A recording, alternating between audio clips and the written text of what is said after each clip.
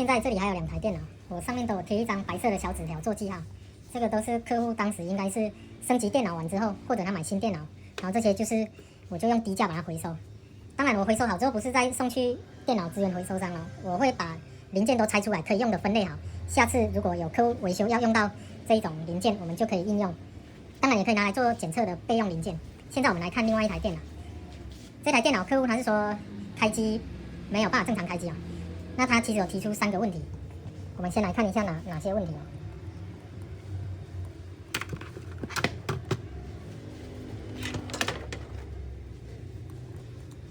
灰尘有点多，这个我们再整理。他说这里缺了一个角，那这种角我们一般也很难拿得到。我跟他提一个方案，就是我们会用纸把它折一折，然后折成同样的高度，用双面胶粘在这里。OK， 这是他第一个问题。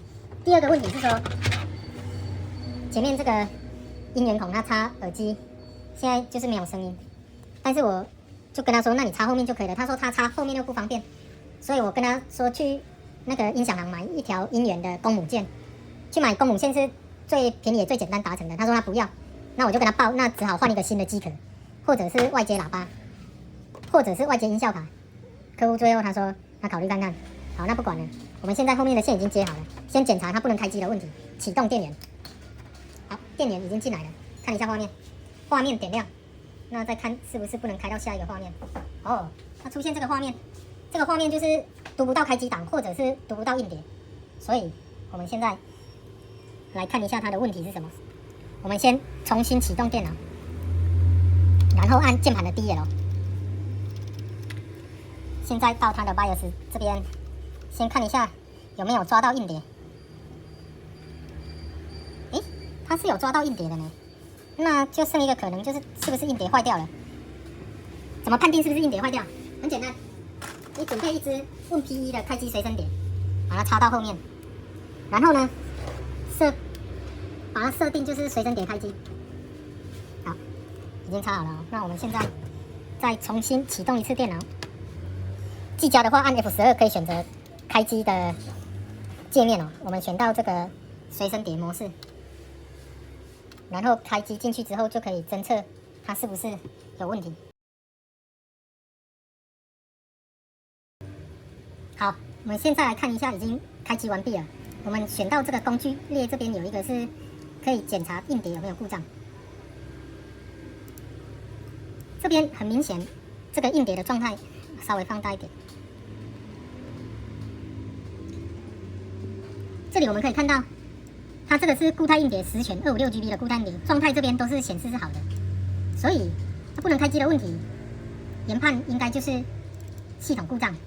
所以很简单，我们就是跟客户沟通，看看有没有资料保留的，如果没有，这个做重灌就可以了，那问题就彻底解决，秒杀。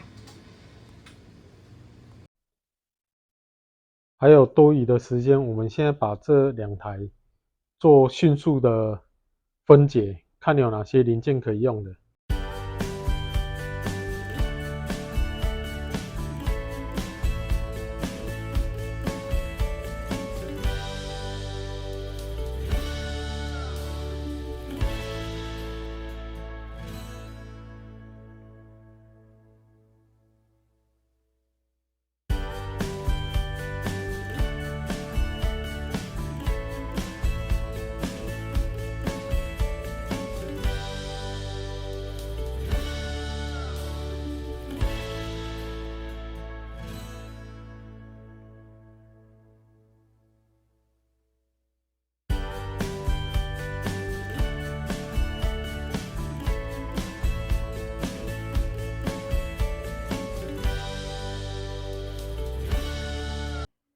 这一台的零件是775的主机板，然后这个记忆体是 DDR2 的。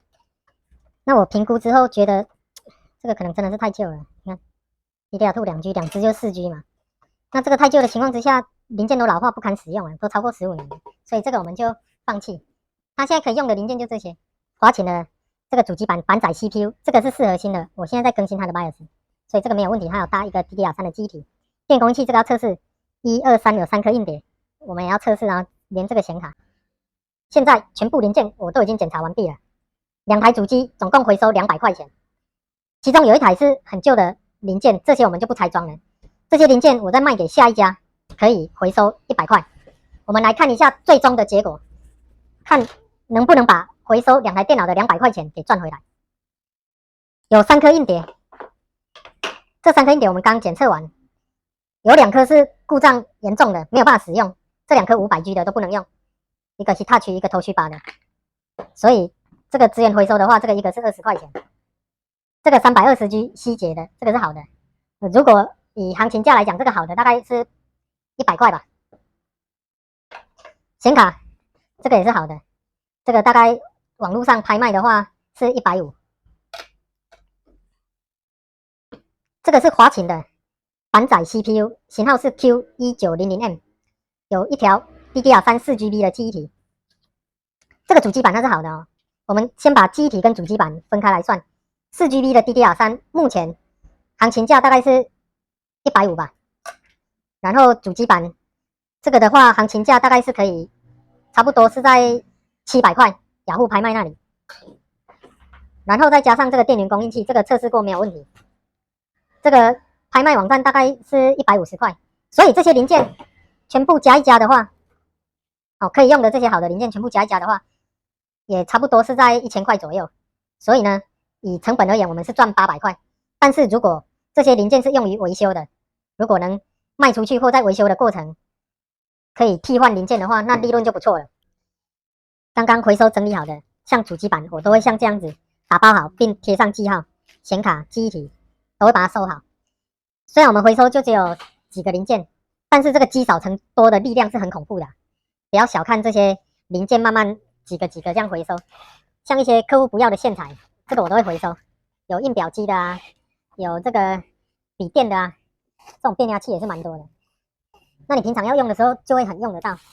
像这个都是满满的线材，各种各样的零件、变压器、线材都慢慢的回收，整理好之后有要用到的时候就很方便，很齐全，都不会有缺。这个就好比在赚钱的时候，我们不能因为小钱而不赚。